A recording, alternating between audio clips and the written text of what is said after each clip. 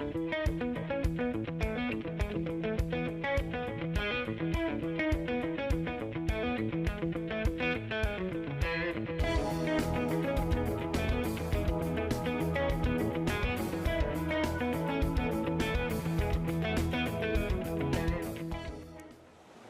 Cod is an inspiration for innovation. eSTEAMERS will introduce you to the often overlooked entrepreneurs building Cape Cod's future with STEAM. Join us on the journey as we introduce you to the makers and innovators, educators and artists creating the new economy on the sandbar. Hi, this is Paula. Welcome to eSTEAMERS. Today we're talking STEM Journey. This is the third annual event held at the Cape Cod Community College, April 2nd. With me today is a lot of fun folks that have been involved with this organization for quite a few years now. You guys started it, right? Yeah. So from left to right here, we have Jack Driscoll. Jack Driscoll. Jennifer McLaughlin. Hannah McLaughlin. Abby McLaughlin. Excellent. So Jack and Jen, you guys kind of started this STEM journey through another organization that you've been with over the years. To bring this to the Cape is just amazing. The kids have a wonderful time there, and we'll hear from these folks just in a little bit. But Jack, why don't you tell us a little bit about the how STEM Journey came to the Cape? Well, it actually started in 2011 with it was the International Year of Chemistry, and we got a grant from the Northeastern section of the American Chemical Society to do some science cafes. And the largest part of our section is in Boston. There's probably 75 or 80% are in Boston, but it goes all the way down to Cape Cod, but there aren't too many activities going on the Cape. Right. So our idea was to basically start some activities, some scientific activities for the public and our members on the Cape. And I guess the thing that got it started was the one that we did in Sandwich at the public library. And we had about 150 students and with parents at this particular event, and this got us connected up with the Southeastern Mass STEM program that's run by the state, and a number of other groups. And it also led to a connection with the Boy Scouts. And when the Boy Scouts saw the sort of things that we were doing, they were very interested in having us work with them to do some STEM programming. And that's really the thing that got everything started. And we needed a place to have this, so we asked the dean at Cape Cod Community College if they were interested in working with us. So we had the Northeastern section of the American Chemical Society, we had the Cape Cod Council of the Boy Scouts, and then we had Cape Cod Community College, and that Bob Cody is the dean, Yep. who was extremely interested in STEM, and we put together a coalition that basically got everything going. And Jen, you seem to spearhead a lot of the marketing for this event, and 3 years having actually put events on myself in the past, it's an undertaking, and each year seems to get bigger and better every year. Give us a brief overview of what you've done in the last 2 years. So in 2014, our STEM journey, we had 2 astronauts come, and so it was our out of this world STEM journey. And we had 750 people attend the event. We do a mix of, we have 2 keynote speakers, and then while those keynote speakers are on, we have hands-on activities that are from all the STEM fields. So we have local community partners who come in and do hands-on activities. We have demonstrations, and we've had career panels where we have local professionals in the science, technology, engineering, and math fields come in and talk about what they do for STEM jobs on Cape Cod. Last year we were embarking on the popularity of the sharks. That's and so we right, did it was the ocean discovery, and so we had one of Greg Scomel's students, Toby Curtis, talking about great white sharks, and we have Dave Gallo from Hui. Dr. Gallo's amazing. Yeah, so he was talking about his work on the discovery of the Titanic. And so we had even more hands-on activities. We had Mass Maritimes become one of our partners. So as we're starting to grow, our organizing committee is starting to grow as well. That's fantastic. Now, Hannah and Abby, you guys have kind of in the whole planning, you're there from the beginning of the day to the end of the day. What's your favorite part about STEM Journey? I enjoy doing Peg from Cambridge Science Festival. I like doing the circuits with the computer and the potatoes, and you try to like hit the potato to knock them down. Oh, and cool. keep the groundhogs underground. That's really neat. And then you hand out flyers and things like that too? Mhm. Wow. How about you? Do you like anything about the day, Abby? You must like, how about the whale last year? Did you go in the whale? Yes. Yeah? Tell me about the whale. Was it big? Yes, very. Very. How big? Like super big? Yeah. Yeah? Could you fit inside of it? Yeah. So you walked inside of a whale? Yeah. No way. That's really cool. So what are you looking forward to this year? This year's STEM Journey is transportation, land, air, and sea? Yes. Air, land, and sea? Sea, land, and air? Yes. What are you looking forward to? Well, my mom showed me the paper of the car, and I think that that's interesting that a car can fly. There's going to be a flying car? Wait, there is. That's so cool. That's pretty cool. Grandpa, how'd you get a flying car there? I just took a picture off the internet. I just thought it would be interesting. That would get people's interest in it. That's amazing. The other picture on there is an Audi autonomous car, and this is the Audi TT. And this can drive around the track. It can drive driverless, basically. And they also had Audi also has modified an RS7, which is a race car. Yep. And that can drive at 175 miles an hour around a track with nobody in the car. And it was actually on, there was a photo of that on Jay Leno's garage, and they actually he raced the Audi, and he actually beat it by 0.8 of a second. My So goodness. Jay with his 350 automobiles. So land, air, and sea, who are the keynote speakers for those three this year? We're going to have John Leonard, who's a professor of mechanical and ocean engineering at Mass Institute of Technology. He worked on the DARPA robotic vehicle program in 2007, and they were one of the winners. His interests are artificial intelligence, robotics, and computer programming. And he actually teaches a course on autonomous cars.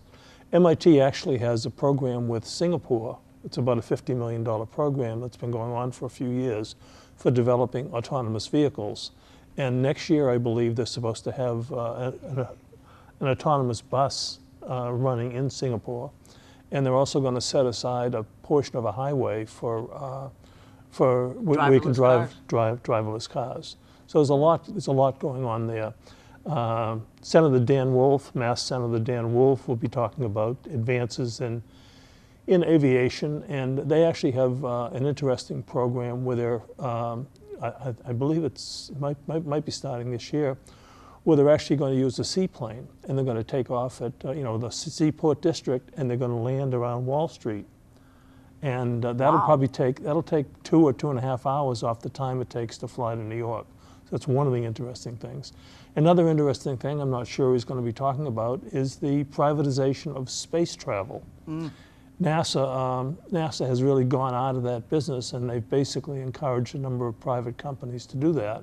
So probably in the next 10 years or so, you'll be able to take a trip to outer space from this is one of the programs that, what's his name, Richard Branson is running. And there's a number of others. SpaceX is another company that has been doing some launching of equipping the satellites and things, the space station and things of that sort. And we also have a speaker on manned, unmanned, and autonomous vehicles. And this is a young female engineer from Woods Hole, and I actually talked to two of them there. And Woods Hole was actually involved. One of them had gone to Woods Hole in elementary school and got kind of interested in ocean engineering, wound up going to school for that, and now she works there. And Caitlin, who's going to be giving the talk, had a similar experience. Caitlin went to a program called Women in Engineering program, and that's what got her interested. She's from Falmouth, and so she, of course, got interested in Woods Hole, and she became a scientist engineer working at Woods Hole. So it's interesting that Woods Hole and programs like that, museums, programs like STEM Journey, give a spark to some of these children, and when they're young, and then later on, it encourages them to go into programs like science programs or engineering programs. So the hands-on activities for this STEM Journey 3 should be pretty exciting, it sounds like. What's planned? Definitely. We'll have some, we've got the walk-along gliders, so we're going to have that for some air action. We'll have the 3D printers, so showcasing from schools, local schools who are using 3D printers, and then companies who are using them in industry. So we'll sort of have a comparison between those two things. Aircraft simulators, we'll have underwater vehicles as well. Those are going to be more of the kind of demonstration portions. And then we'll have the hands-on, we'll have Chemists Celebrate Earth Day. So we'll have several chemistry tables, and those will all be related to air. That's the theme this year of Chemists Celebrate Earth Day, is air. The indoor ecosystem. We also have the RC Flying Club of those guys Cape are Cod. great. Yes. Yeah, we're going to set aside half of the gymnasium. Or the so that they STEMnasium, can, as we call it. The STEMnasium, yeah. for their program, yeah. Well, that's fantastic. So what kind of badges is everybody going to earn for this? Because I know the Boy Scouts obviously being involved in the Girl Scouts, some of these kids can actually earn badges by going to this event. That's right, yeah. So it's done in advance through the Boy Scouts. So they'll have their opportunities for doing an aviation badge. They were planning on doing the aviation, but it's too complex to do in one day. So they're going to do a thing on transportation, driving, truck driving, I think, and events centered around transportation. There's 2 or 3 different badges. They're not 100% sure what they're going to be doing. We talked about it last night, but yeah, so they have to. So some of it requires prep work, and then we like to try to have the Boy Scouts start their badging a couple hours beforehand, so that they can complete the badge work by noontime when it opens and get to experience the full event from 12 to 4. Girl Scouts in the past have done just a STEM badge. Yeah. They meet the requirements for the STEM badge just by doing. Hannah got a STEM badge. Hannah earned a STEM badge last year. You did? Yes. Well, that's pretty cool. How many badges do you have so far as a Girl Scout? I don't know. You have a lot of them? You have so many you don't know? Probably. Well, the event is April 2nd. Yes, that's a Saturday. Which is April Fool's weekend. Yes. And 12 to 4. Yes. This does get pretty crowded over the day, doesn't it? Does, You yes. talk 750 over last year, and each year it seems to get bigger and bigger. What are you expecting this year? about 1,500. About We did 1,500. about 1,100 last year. 1,100 last year, wow. So then we had the surprise snowstorm too during the event. Oh, that's right. Yeah. Yeah, that's amazing. So, Hannah and Abby, what's the best thing about having a mom and a grandpa that are so interested in chemistry and really cool kinds of things? I mean, geez, wow. Well, What do we you- get to travel a lot with them and go to a lot of different science events over the United States. So it's really fun traveling with them and You just doing went to hands-on Hawaii, didn't you? experience. Yeah. Yeah. And do you learn stuff when you go to these different events with mom and grandpa? Yeah. Yeah. Yeah. So do you think you like chemistry, that you might be a chemist when you grow up? Yeah. Maybe not. Mezzo, huh? How about a TV star? No. I No. don't think so. No? So STEM Journey it's STEM Journey 3, going to be held at Cape Cod Community College, 12 to 4 on April 2nd. Anything else? Who's your sponsors this year? Well, the Northeastern section. Yep.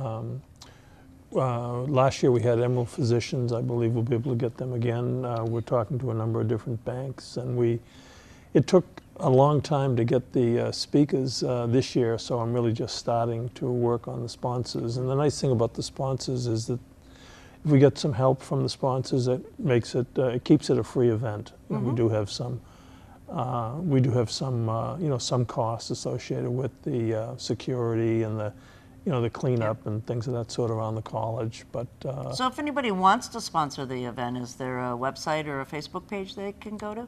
well, the Boy Scouts, The they Boy can, Scouts? yeah, the Boy Scouts, they can Okay. send a check to the Boy Scouts. Our CapeCodScienceCafe.tumblr.com is our Okay, blog perfect. site. I bet you there might be some folks that might want to help you out there. Yeah, we're happy to see anybody that wants to come. The main thing we're trying to do is to just generate some kind of a spark or an interest in science, so that the students, when they get out of both high school or college, they'll have probably a better chance to earn a good living. They don't have to work. They won't have to work in Starbucks, where a good living might be $12 or $15 an hour if they get their minimum wage increased. And you should be able to make a lot more than that if you get a job in the scientific area. Well, science, I think the STEM journey, not only as an event, but also happening here on the Cape. A lot of our schools have really stepped up their programming. A lot of actual, oh, my sash keeps coming down. A lot of companies and things like that are sponsoring more events that are related to this, and they're opening their doors to show kids exactly what you can do. I know Woods Hole's been very open with some of their new programming up there that has been specifically designed for kids. So STEM Journey, April 2nd, 12 to 4, and I think Hannah and Abby are probably going to be greeting you at the door. Yeah? They'll be Is at that the okay? American Chemical Society table for sure. They'll be at the table. You'll be handing out flyers And sashes. Yes. and sashes. Yes, we all have our sashes on. Awesome. Well, thanks, Jack, for Thank coming you. and Thank joining you. us. Jen, and you guys, really, you could be TV stars. You did really well. I'm Paula Hersey. Thanks for joining us.